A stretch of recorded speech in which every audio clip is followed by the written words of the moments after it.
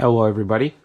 As we move along through all my Dodge collection of brochures, I got 08, 09, 11, 12. This is a 14, although it doesn't say that. And I have a little Mopar thing there. So let's see how far we will get through today, starting off with the oldest one, which is also the biggest one. So you can kind of see them shrinking as the years progress, because the whole lineup is shrinking. So here we have an 08, a pretty nice full line, very proud looking brochure. Ooh, starting us off, a nice Viper right up there. So can't complain with that. All right, so this saw the introduction of the Challenger. Very nice. So yeah, I mean, the interior obviously it had most of the pieces shared with the Charger. But, you know, had a little different design. So I think these controls, the HVAC controls, were different. All right, so this one saw the Journey, which I think a lot of people just don't buy because it's been on the market for so long. But I mean, it's pretty decent, cheap vehicle. I mean, it's probably not going to last you very long, but what do I know?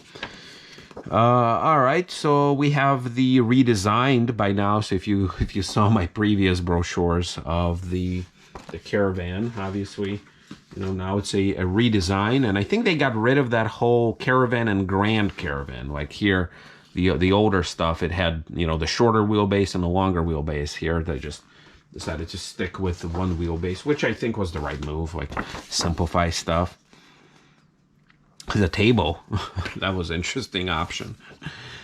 Alrighty, moving along here. Yep, we got the Charger with its very unique display back there, which I'm sure a lot of people did not get, because who wants that in a family sports sedan?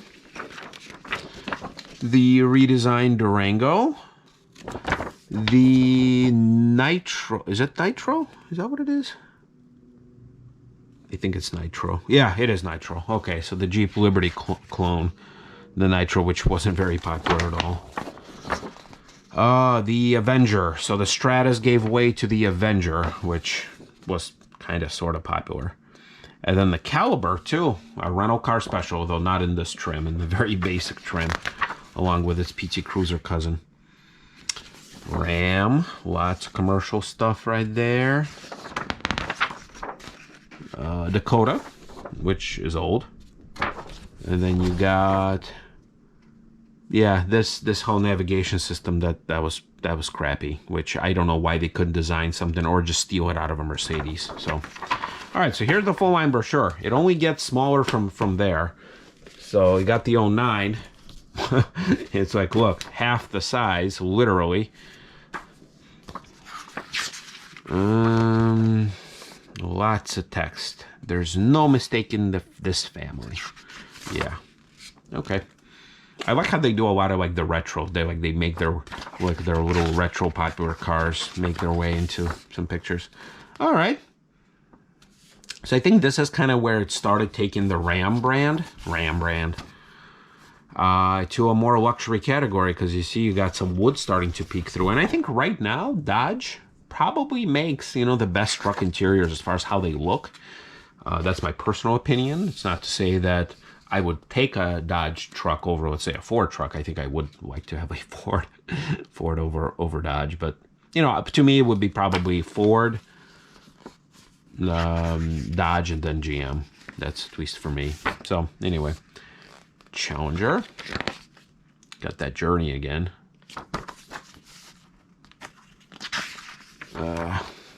All right, got their Grand Caravan. So yeah, I'll just go quickly because obviously, I mean, every year they don't change that much.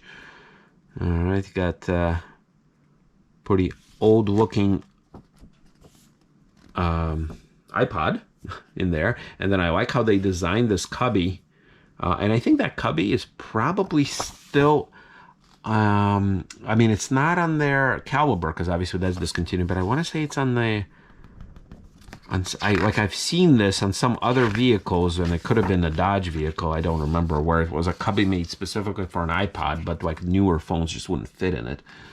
All right, so yeah, more of the same. Yep, the nitro again. The hybrid, yeah, that was the weird era where a Chevy, I think, made a hybrid Tahoe, and then the Dodge made a hybrid Durango, which both of them failed miserably, which for a good reason. All right, got their Dodge Dakota, got all their commercial goodness, and the interior, which once again, these navigation screens, yeah, they were pretty bad. All right, 5 minutes, looking good. 2011.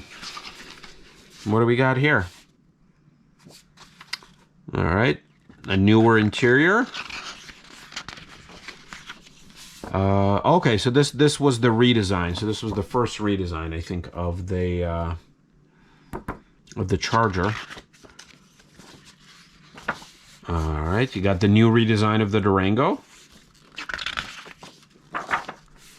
Kind of same looking Challenger.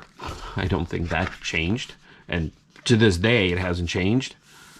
Journey, there you go. Why couldn't I think of this? I was thinking what to say. Journey, this is for a Journey, which once again I think for a little cheapo compact crossover type. Well, I think maybe these are considered midsize. They're not too bad.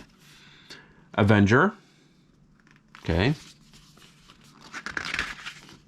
It's all dark. You see, it's kind of. I mean, it looks beautiful, but for video purposes, this one is not too good because of its all black glossy background where I can't really have it focused. Yep, the caliber.